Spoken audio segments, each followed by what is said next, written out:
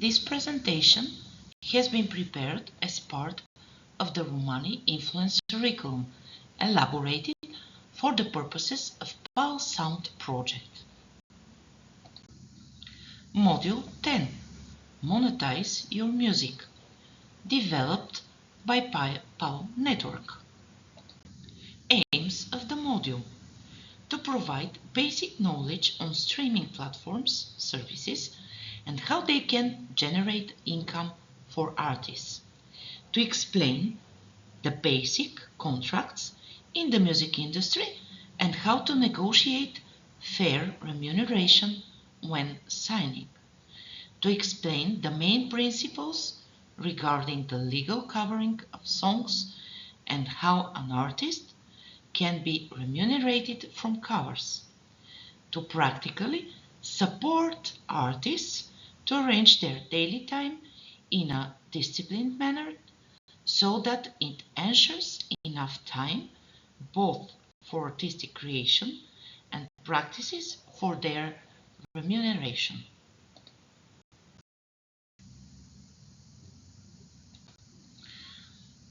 The following are the topics covered in this module: digital tools and platforms to monetize your music, music industry, signing deals and contracts with labels, negotiating tactics, how to negotiate when signing with a label or booking live performance, how to legally earn profit from covering songs.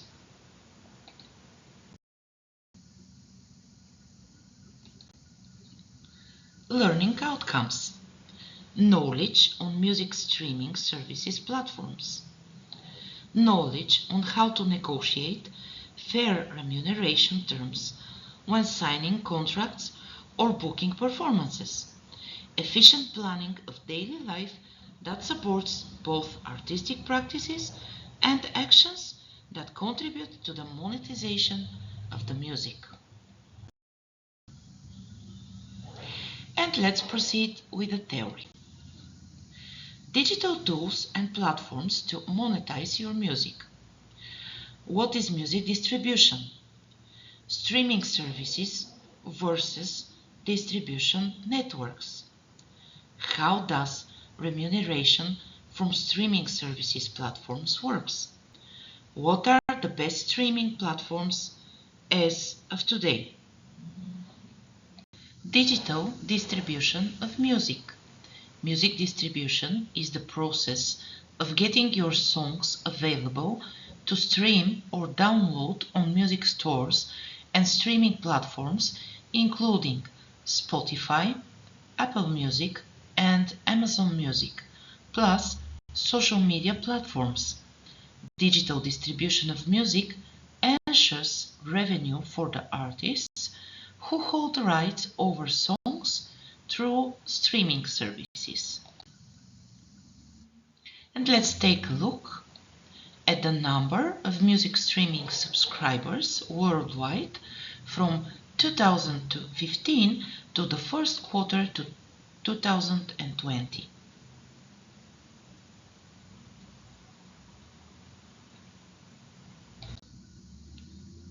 Streaming services versus distribution networks. The streaming services are to be found in platforms that people use to listen to music. Royalties are collected by the artists from these services based on the streams of their music. Distribution networks. Networks that collect and distribute the royalties from the services to the artists that have signed with them. Streaming revenues rely upon different and complex procedures. The majority of streaming money comes from user membership costs, which are divided up by the digital service provider, based on how many times a certain song was streamed during a given month. The question is, how does the artist get paid through the many procedures of payments also for the label. This is the general principle concerning the remuneration of artists from streaming platforms. Around 80% of the overall royalties goes to the owner of the sound recording. The owner of the sound recording is usually the record label company in which the artist is signed, but increasingly nowadays also the artist. The remaining 20% is divided with the artist at a rate that is determined based on the recording contract. Of course, when the artist isn't signed in any record label company and is themselves the owner of the sound recording, isn't subject to regulations as such, since the artwork is completely owned by them. All the above considered in the digital era as it has been prevailing in the early 21st century, it is important for musicians to make their music available in streaming platforms so that they can be discovered and maximize their chances of making a living through their music. According to Bloom, the following list compiles the best streaming platforms for musicians as of nowadays. Spotify, the most well-known streaming platform both for music streaming and podcasting. Apple Music, the platform comes second to popularity as it is Apple's streaming service provider. Amazon Music, streaming service and music store with millions of songs. YouTube. YouTube is the most well-known video streaming and sharing platform where artists publish their music videos and monetize their tracks via YouTube Content ID. Lately, the ever-evolving YouTube Music, which serves as a separate platform for music streaming only, provides another significant monetization opportunity. Tidal. It is a subscription-based streaming service for music podcasts as well as videos, both of curated playlists and original content. Pandora, another well-known streaming service platform for music and podcasts that also provides the user with a personalized experience. Contracts and other legally binding agreements are a vital component of the professional lives of artists. However, the music industry as a whole, and especially emerging musicians artists, are not as aware of these elements as they should be. As a result, there are misconceptions and unfavorable effects on the industry. Specifically, according to iMusician, there are numerous legal procedures and contracts between individuals, labels, etc. that are to be listed and explained in this part. Band contract. A band contract is, as it derives from the term, is signed among the members of a band with a duration determined based on the members' mutual agreement. Even though bands are usually individuals with common goals and shared purpose, which would insinuate that a contract between them wouldn't be that important, it is essential even from the stage of forming a band. A band contract is crucial for managing taxes and other legal issues that might affect a band, such as division of income and responsibilities, insurance, ownership of instruments and machinery, as well as voting rights. The contract also plays a crucial role in handling any challenging circumstances that may arise, like members' withdrawal or band breakdown. Transfer of rights to musicians and singers. This type of contract concerns a solo musician and external musicians and/or artists with whom the musician wants to collaborate, let's say for a live event. The duration of the contract varies from the minimum duration of a year or may concern the duration of the respective project under which the artists are to collaborate. According to iMusician, the transfer of rights agreement is signed by a solo musician artist and any other musicians, vocalists, etc., that they may like to engage for a performance. The contract regulates and governs payments, profit sharing, and the precise rights given or transferred to the external musicians by the rights holder. The agreement should state that the artist is intended to transfer their rights. It must also specify exactly which remuneration claims are eligible for reimbursement. In general, the document must be as detailed as possible. Contracts with collection societies and publishers. What are collective societies? These societies act as the managers of your songs, receiving payments for their streaming and taking a small cut of around 10%. An agreement with these societies is the so-called contract of assignment and is a contract signed between the society and the artist with a minimum duration of 1 year or other various periods. To enter this agreement, composers or lyricists contact these societies. The important thing is to pay attention to what is about to be agreed, since these societies may negotiate different offers. For example, they may ask for the copyright of the whole work. The same applies to music publishers, to whom artists may also transfer the copyright with a respective advance being paid. Record label contract. The most important agreement, especially before the digital era when record labels dominated the music industry. An artist signs this contract with a local label with duration that may vary from 1 to even 10 years and foresees that the artist transfers rights in the recording to the label that is interested in signing with the artist and representing them.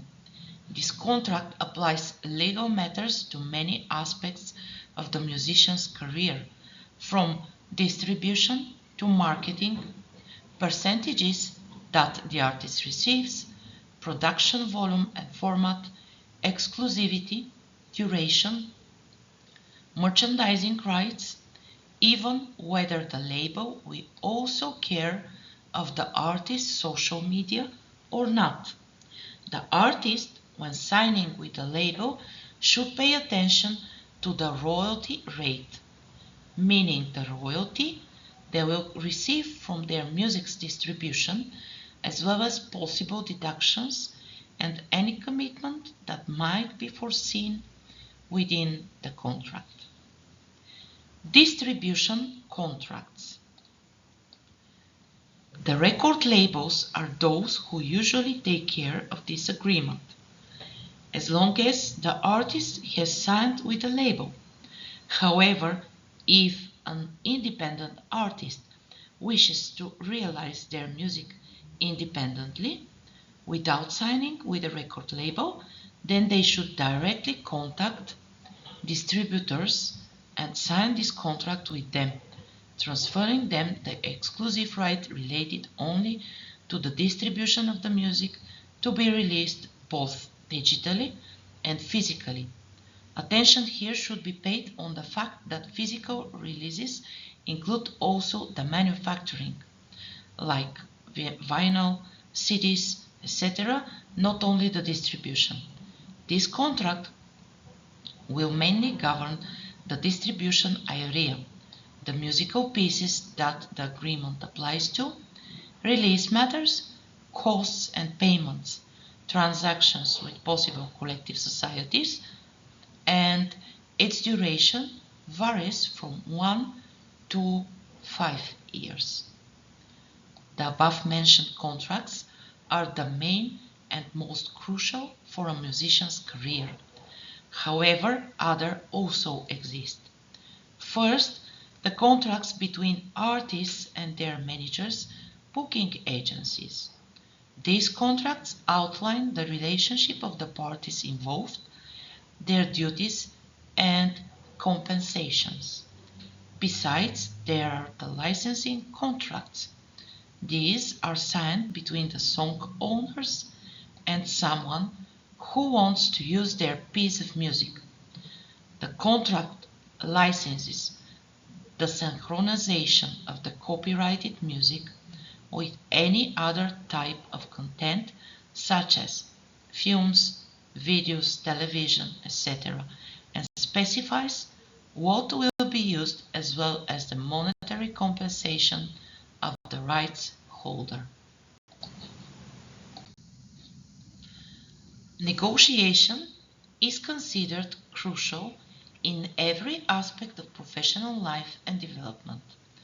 That is not because negotiation is about earning as much as possible for yourself, but it instead gives the opportunity to reach agreements with other people so that both parties are equally benefited. Let's watch an introduction video first before diving into details about how negotiation tactics can be applied to musicians' professional practices.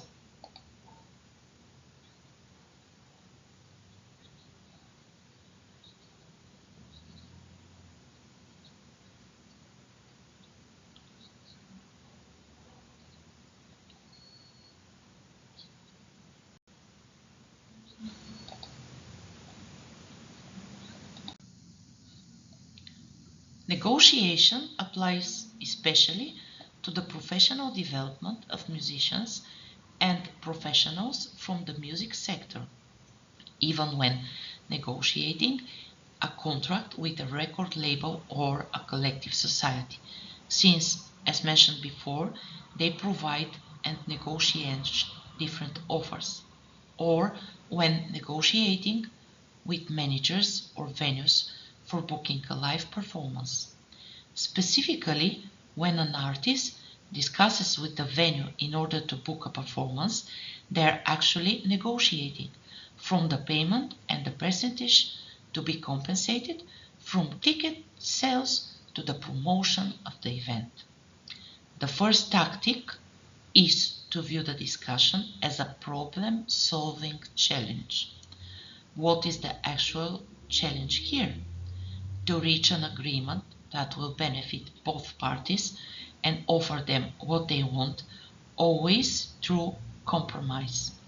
It is important to view a negotiation discussion as a challenge as such, hence view the other party neither as an enemy nor as a friend. It is more efficient to view the negotiation as a challenge and that the two parties negotiating are partners in the same challenge. In this way, you insist on getting what you want, while you don't destroy the bridges of communication between you and the other party. To that end, an effective mindset is proposed. Use, for example, we instead of I or you. Stress points that both parties agree upon and focus on building a long-term partnership. The second tactic is related to the understanding of both parties' motivations.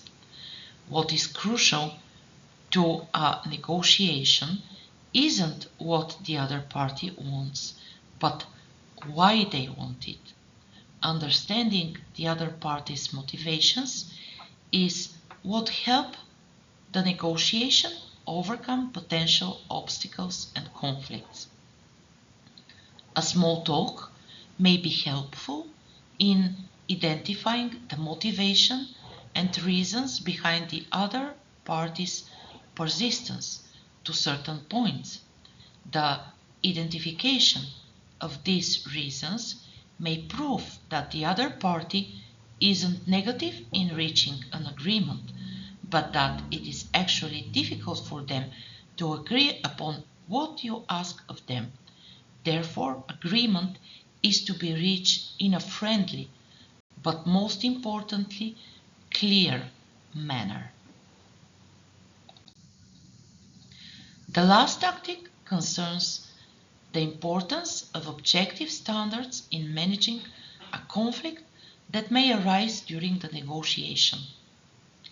There will be eventually a time when yours and the other party's interests diverge, no matter how amicable, friendly the negotiation is. For example, an artist discusses booking a performance with a venue. The artist wants the venue to promote them, but the venue wants the artist to handle it by themselves. As another example, a manager asks the artist for a payment of 20%, while the artist can or wants to give them 15%. Whenever possible, relying on an objective criteria is the best way possible to solve the conflict.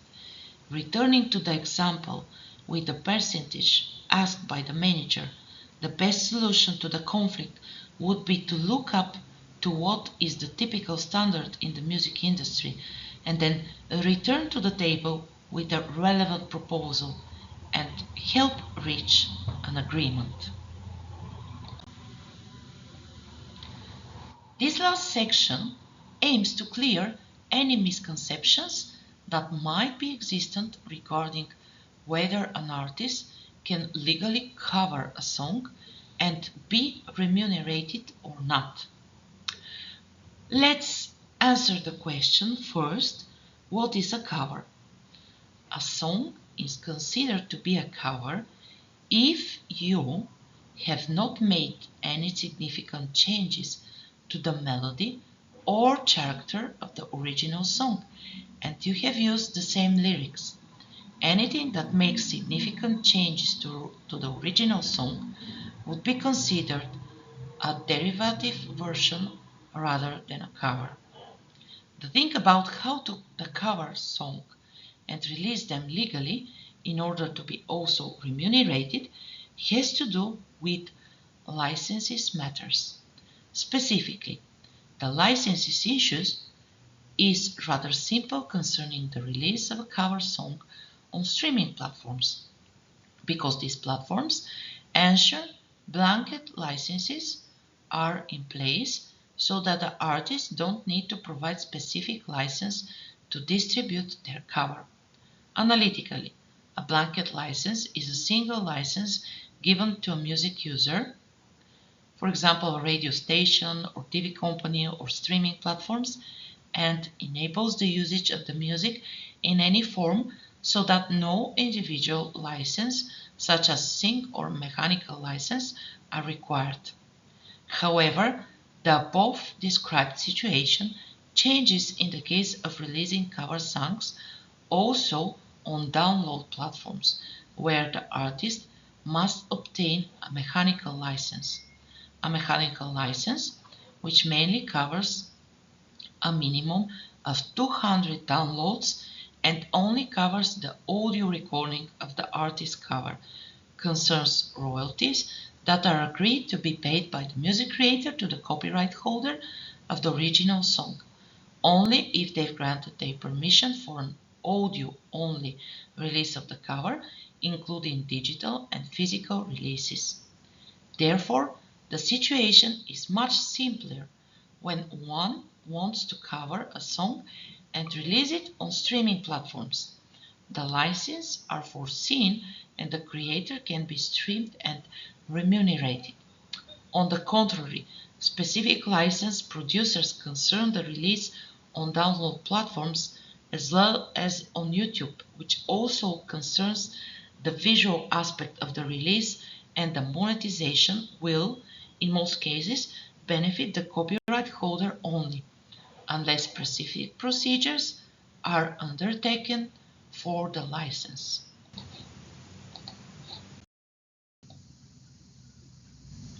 And let's proceed with our practical part. Exercise 1. Organized before monetized. Organize the music's creation on a daily basis. For a musician that also wants to independently run specific procedure for their fair remuneration, it is important to have enough time both for these procedures but also for their creational practices.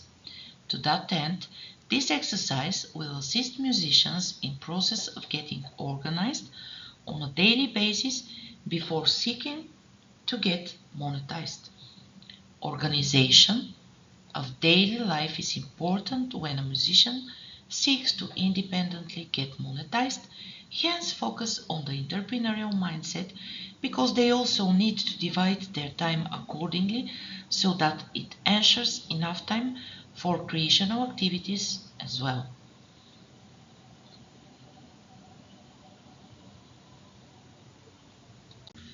Exercise 2. Negotiation Role-Play Simulation. This exercise will test the knowledge received by the learners regarding negotiating tactics when discussing terms of cooperation with managers, venues, or others. The learners will be divided into groups of 2 or maximum 4 people, 2 being musicians and the other 2 being potential managers or responsible people for a venue. The participants will be engaged in specific scenarios regarding their negotiation.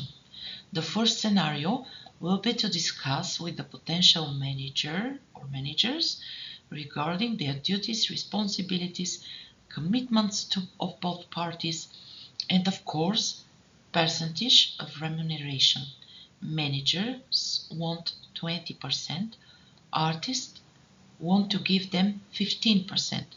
The second scenario will be to negotiate with a venue to book a live performance, and the negotiation will cover matters of compensation taken from ticket sales and promotion of the event.